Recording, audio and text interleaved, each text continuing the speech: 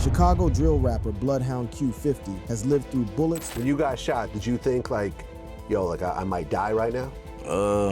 That ain't really going through my head. Betrayal and brutal loss. I had cousins that got killed to this, but yeah. But nothing prepared fans for the haunting hospital footages that just dropped after his recent attack. It's clear the rapper won't be coming out of this one easily. I've got the full breakdown. Let's get into it. The chaos. On August 17th, the internet was on fire. If you were on Twitter, TikTok, Reddit, or any rap blog that weekend, you couldn't scroll for more than a few seconds without seeing Q50's name plastered everywhere. The headlines were insane. Bloodhound Q50 shot in St. Louis ambush. Chicago rapper critically injured after 60 rounds fired into truck. Even obituaries started circulating. It all started on August 17, 2025, when unverified posts popped up saying Q50 had been set up with a fake show in St. Louis, only to be ambushed the second he pulled up. One of the first viral claims came from @Raindrops Media 1, alleging his truck had been sprayed with automatic weapons, leaving him and several others in critical condition. Then @Lashy Bills hopped on, making the story even crazier. Supposedly, Q50's black truck got hit with more than 60 rounds, the tires shot out, and the rapper was targeted after dropping his location on Instagram. Let's stop there. Think about how wild that is. 60 rounds? That's not a hit, that's a full-blown war zone. And yet, the way these rumors spread, people didn't even pause to ask where the evidence was. They saw a black truck, a few flashing lights, and their minds filled in the rest. What really pushed this rumor into overdrive was a video that started circulating on Instagram stories. The clip didn't show Q50. It didn't show anyone getting wheeled into an ER. All it showed was a heavy police presence outside what looked like a hospital, with ambulances parked and lights flashing. The caption read, "Check on Bloodhound Q50." That was enough. In drill culture, perception is reality. Fans saw those lights and immediately assumed the worst. They remembered his earlier shooting. They remembered the bullet still lodged in his leg. And now they thought they were watching his last moments play out in real time. Blogs ate it up. Hindustan Times, Hype Fresh, Mexical, they all ran stories about the so-called ambush, each citing those viral posts. None of them had actual confirmation, but in the social media age, clicks come before fact. And this is where things got really messy. Rival rappers in St. Louis started claiming credit. St. Louis rapper CTS Lou Wick wasted no time going live, mocking the situation. Back in like shit sweet again, if they come, I bet them trucks be bulletproof. You come back, I bet them trucks be bulletproof. I bet you move way smarter this time. You hear me? I bet you move way smarter next time, gang. You can't come to the Lou bouncing that gang on everything and not come to the Lou bouncing ass. That's hood code, basically saying, if you come back to St. Louis, you better move smarter. We do this for real. Other accounts claimed Rel Houdini also boasted about being involved, while another alleged shooter supposedly bragged on Instagram Live that Q50 was the most famous person they had ever popped. I don't think he gonna make it, but we gonna see. I ain't never popped nobody that famous before. It's my first time. This talking about I work with the feds. What the fuck? And then came the rumors about money beef. Some blogs reported the shooting was tied to a supposed $60,000 theft from a local St. Louis artist, suggesting Q50 had crossed the wrong person in the wrong city. Now, was there proof of this? Yes. It wasn't just whispers and speculation, but in the hood, that's often all it takes for a rumor to feel like truth. Here's where things went sideways. While some outlets pushed the narrative that Q50 was critically injured, others flat out said he was dead. Rollout Metro News even published an article claiming he'd been fatally shot. At the same time, YouTube channels like In the Trap TV were uploading videos claiming it was officially confirmed. Q50's truck was riddled with bullets, with multiple victims hospitalized. But here's the catch. No police report, no statement from St. Louis PD, no confirmation from his label or his management, none. And when major outlets like Metrical and Crisp NG looked into it, they concluded there was no credible evidence, calling the whole thing a likely hoax fueled by clout chasers and online chaos. So what was really going on? Instead of ducking the rumors, Q50 leaned into them. Hours after the chaos, he jumped on Instagram, posting a carousel of photos of himself chilling in a vehicle looking perfectly fine. The caption? A cryptic bar. Notorious like Big Papa, but I ain't going like Chris Wallace. That reference to Biggie's murder wasn't random. He was basically saying, y'all want me to go out like Biggie, but nah, I'm still here. He doubled down by reposting an IG story from @079_squeeze that read, Switchy watching all the fake news laughing. And then, the moment that silenced a lot of doubters, he went live on Instagram. I know for a fact y'all was hoping that true, because I done y'all up so many times. St. Louis watching that, you know what I'm saying? Still ain't made that 60 back. That's up. A lot of people haven't already know that. Hey, DMG, I seen that little too. I ain't gonna say the other name because he a civilian, but we gonna you up too. I seen all that though. I'm gonna see a lot of y'all like this. Like how a lot of seen me. Like how a lot of you homies, I was the last face a lot of you homies seen me. I gotta let my wounds heal. He was smiling. He was talking greasy. No hospital bed, no IV, no bullet wounds in sight. Some fans were relieved, others were skeptical, saying maybe he was hiding injuries. But the bigger point was clear. Q50 was alive, moving, and clowning the rumors. And the question remains, why did people believe it? So how did a rumor with no police report, no official confirmation, and no solid evidence take over the entire internet? Simple. First, his past gave it weight. Q50 had already survived one real shooting. Fans knew about the bullet still in his leg. So when they heard he'd been hit again, it felt plausible. Second, the footage looked convincing. Even though it didn't show him, the hospital video with flashing lights played into the narrative. Third, rival rappers fueled it. When dudes like CTS Lou Wick went live mocking the situation, it blurred the line between fact and trolling. Fourth, blogs needed clicks. Sites like Hype Fresh ran with the story without verification because in rap media, speed often matters more than accuracy. Lastly, fans want drama. Drill culture thrives on spectacle. A shooting rumor isn't just news, it's content. Look, if you strip away the noise, this haunting hospital footage says more about the ecosystem around drill than it does about Q50 himself. In the suburbs, people see flashing police lights and assume tragedy. In the hood, people see it and think, another day, another body, another op pack. For Q50, this was both a curse and a blessing. The curse, his name was being dragged through fake obituaries. The blessing, his clout skyrocketed. Even rappers who had never heard of him before now knew the name Q50 because the internet thought he was dead. And let's be honest, in this game, perception is everything. As crazy as it sounds, sometimes surviving a false rumor boosts your career almost as much as surviving the real thing. But what else do we know about Bloodhound Q50? Let's find out. Blood lost in the streets that made Q50. Yeah, man, tell that check on Q50, man. They done parked this down there. But Lou is not sweet, gang. Black truck on flags. When you hear the name Bloodhound Q50, a lot of things probably come to mind. To some, he's just another young rapper out of Chicago trying to turn his street cred into stardom. To others, he's a cautionary tale, a product of drill culture where life, death, and music are always tangled together. But if you really sit down and study his story, one thing becomes clear. Q50 ain't just rapping about the trenches, he lived it. And the haunting last hospital footage tied to his name makes that reality even harder to ignore. So let's run it back. Q50, real name McQuell Cooper, was born and raised in Chicago, in the heart of a city that's been a battleground for years. At only 20 years old, he had already seen more pain than most men twice his age. He started casually rapping in 2023, but the game really noticed him in 2024 when he dropped Splash Bros just a month after the murder of his close friend and collaborator, Bloodhound Lil Jeff. That timing wasn't a coincidence. It was paint on wax, grief turned into bars, and in drill, that's often how stars are born, through trauma. By 2024, Q50 had signed with Signal Records, a label affiliated with Columbia Records, and in April 2025, he released his debut album with a name that says it all. Long live my brother, he probably killed your Bruder. That's not some clean label-mandated title. That's raw street philosophy right there in print. But let's keep it real. Rap wasn't Q50's first love. In interviews, he admitted he didn't even care that much about the music at first. It was Lil Jeff and Rel Vert, his Bloodhound crew, who pushed him to take rap seriously. He said that Jeff would literally bring their songs to label meetings, trying to force Q50 into the spotlight even before he wanted it. Drill wasn't just about rhymes, it was about survival, and Jeff knew that getting Q50 in the booth might keep him out the streets. Sadly, it didn't save Jeff. In June 2024, Bloodhound Lil Jeff was murdered, shot 19 times in a brutal killing that even his own parents admitted came from the life he was living. That loss hit Q50 harder than anything. In fact, when he sat down for an interview to talk about his cousin Z-Money, another family member murdered, he said straight up that was the first real heartbreak of his life. I had cousins that got killed to this, but yeah, like a person that was my everyday, you know what I'm saying? Like, yeah, that was the first heartbreak.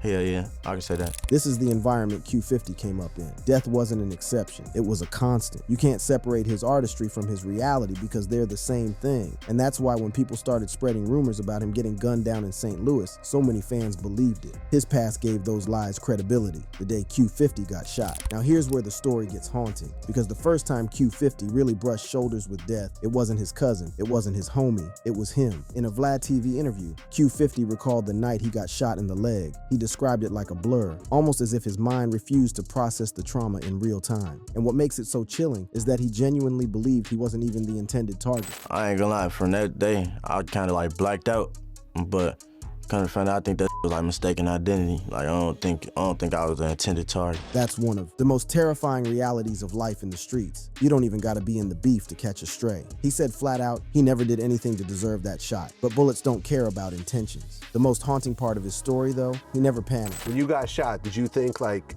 yo, like I might die right now? That ain't really going through my head. And my number one, what I know, number one rule in life, I stand on is don't panic. You know what I'm saying?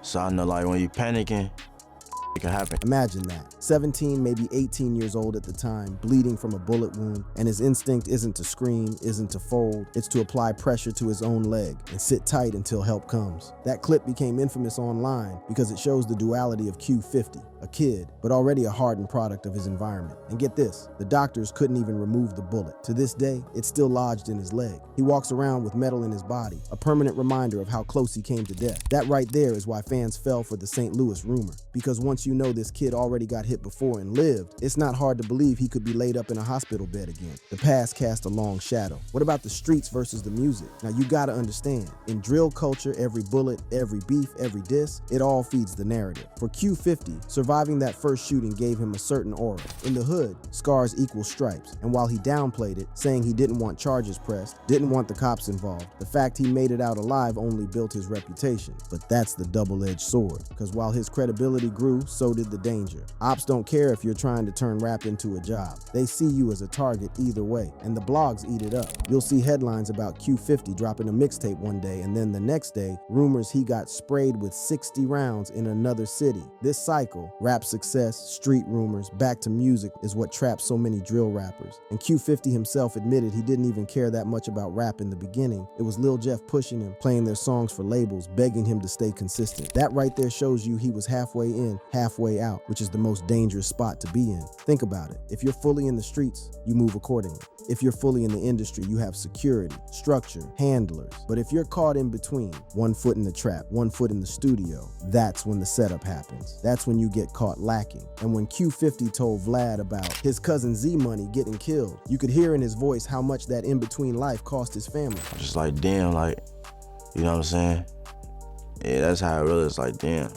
What the, like, how to react, like, I don't know what to do. That ain't just rap lyrics, that's raw pain. Fast forward, and here's where the haunting imagery comes into play. When those unverified hospital videos started circulating in, captioned "Check on Bloodhound Q50," fans immediately linked it back to this moment in his past. They remembered the leg shot, they remembered the bullet he still carries, and suddenly, seeing flashing lights and police outside a hospital, it all felt too real. This is how rumors spread so fast in hip-hop. The footage itself didn't even show Q50. It was just an ambulance, a building, and speculation. But because he had that history, because fans knew he'd been hospitalized before, the story became believable. You had people on X Twitter claiming he was lured to a fake show in St. Louis, that his black truck was sprayed with 60 rounds. Others said rival rappers bragged on Instagram about being the ones to take him out. The narrative wrote itself, and the footage became the so-called proof. But as we'll see in the later parts of this video, reality wasn't nearly as clear-cut. Before we wrap this part, let's pause on why this story matters. Bloodhound Q50 isn't just another rapper caught in fake rumors. His name being tied to haunting hospital footage reflects something much deeper. The way social media, drill culture, and street trauma feed off each other in a never-ending loop. He survived a real shooting. He lost real family. He's walked into hospitals not knowing if he'd walk out. So when people see videos claiming he's clinging to life, they don't question it. They accept it. That's how credibility and trauma get weaponized in the digital age. And make no mistake, Q50 knows this. That's why in the wake of the St. Louis rumors, he leaned into cryptic posts and IG lives. He knows his survival story keeps people watching, keeps his name buzzing, even when the truth gets twisted. But that truth is slippery, because sometimes the haunting footage is real, and sometimes it's just another rumor. But nothing can be further from the truth about Q50's portfolio of ops and beefs. Let's discuss them.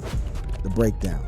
When the smoke cleared from the St. Louis rumors, something crazy happened. The internet split in half. On one side, you had fans posting, "Damn, that's tragic," hoping they pull through. These were the people who bought the hospital. Footage narrative, convinced their favorite rapper was clinging to life. On the other side, you had die-hard supporters jumping on Instagram comments yelling, "He not y'all, he's still alive." They pointed to his IG live, his laughing emojis, his slick Biggie reference. And then there were the trolls, the ones who wanted to see him fall. Part of the chaos came from a simple mix-up. Around October 20, 2024, another young Chicago rapper named Q50, W. 50, real name Anthony, had actually been killed in a Southside ambush. He was only 15 years old. So when blogs started pushing stories about Q50 being shot, a lot of fans lumped the two together. They didn't realize Bloodhound Q50, McQuayle Cooper, was a completely different person. And that confusion, the similarity in stage names, poured gasoline on the fire. It's a grim reminder of how common violence is in drill culture. You don't just have one rapper named Q50 getting headlines for being shot, you have multiple. That's how normalized this cycle has become. Now let's keep it a buck. This hospital footage didn't just go viral because of random fans. It got traction because Opps used it as ammo. One of the loudest names tied to Q50 lately has been Chucky Wackham. Their beef is complicated. Part music, part street, part internet. At one point, Chucky even dropped a diss track after hanging around O-Block affiliates, throwing subliminal shots at Q50 and Baby Chief Do It. The beef wasn't just lyrical though, it spilled into online gaming of all places, with Q50 pulling up on Chucky and others during an NBA 2K25 session in anti-up mode, a moment that TikTok ate up. To the suburbs, that sounds goofy, beefing over PlayStation. But in the hood, every slight counts. Social media, music, even 2K lobbies become battlegrounds.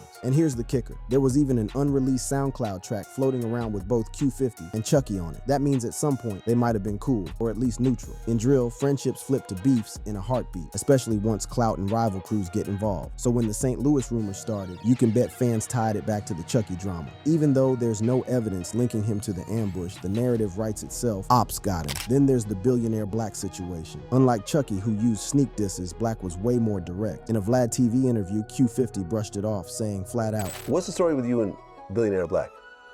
Ain't really no story. I don't really know his honestly. Okay. But wasn't there some sort of friction between y'all? Hell no. I never, still to this day, hell no. I never knew his never even felt like I was in tour with him, you know what I'm saying? That ain't somebody I wake up and think about. That ain't somebody I go to sleep think about. That was his way of keeping it player, downplaying the drama. But Black wasn't letting it go. He threw disses in interviews, teased tracks targeting Q50, and even Q50's late cousin Lil Jeff. On TikTok, he accused Q50 of capping about having 8 hats, a slang flex about bodies or credibility. It escalated musically too. Q50 and Screwly G dropped Make Me Mad PD1 as a diss, and Black clapped back with Indiana PT1. The back and forth cemented their feud as a real fixture in the drill world. So again, when hospital footage surfaced, fans instantly assumed it was connected to these beefs. In drill, every shooting rumor gets pinned on an op, whether there's proof or not. You might be wondering, why would rivals lean into a rumor that wasn't even confirmed? Simple, because perception matters more than truth. In the hood, if people believe you got hit, it makes you look weak. It means your ops scored. So even if you pop up later alive and healthy, that narrative already did its damage. That's why CTS Lou Wick was online talking spicy. That's why rumors about a $60K theft or a St. Louis setup kept spreading, because the internet is the new battleground. And once your image is tied to a hospital bed, it's hard to shake. The craziest part is how Q50 handled it. Most rappers would have gone ghost or issued some serious press release. But Q50, he went full troll mode. He posted Biggie references. He threw up laughing emojis. He literally went live and told people, I know for a fact y'all was hoping that shit true, because I done y'all up so many times. St. Louis watching that, you know what I'm saying? Still ain't made that 60 back. That's up.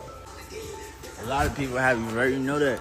That's the hood way of saying, y'all can't kill my name no matter how many rumors you spread. And to be real, it worked. Instead of looking like a victim, he flipped the narrative into clout. The more people doubted, the more his streams went up. Even outlets like All Hip Hop reported on his trolling, mentioning how he was even seen snorting an unknown substance on live while laughing off the shooting claims. When you zoom out, the haunting last hospital footage of Q50 tells a bigger story about rap today. 1, drill rappers are living double lives. They're artists and street figures caught in a world where bullets and beats blur together. 2, rumors spread faster than facts. No police confirmation, no problem. A blurry hospital video is enough to trend. 3, beefs fuel the cycle. Every rival will claim credit whether or not they had anything to do with it. 4, survival is currency. For Q50, surviving both a real shooting and a fake one boosted his legend. And here's the chilling part. Sometimes the rumors come true. Drill is full of rappers who went live to deny being shot only to get hit days later. Fans know that, and that's what makes this story so haunting. The footage might have been fake this time, but the next time, who knows?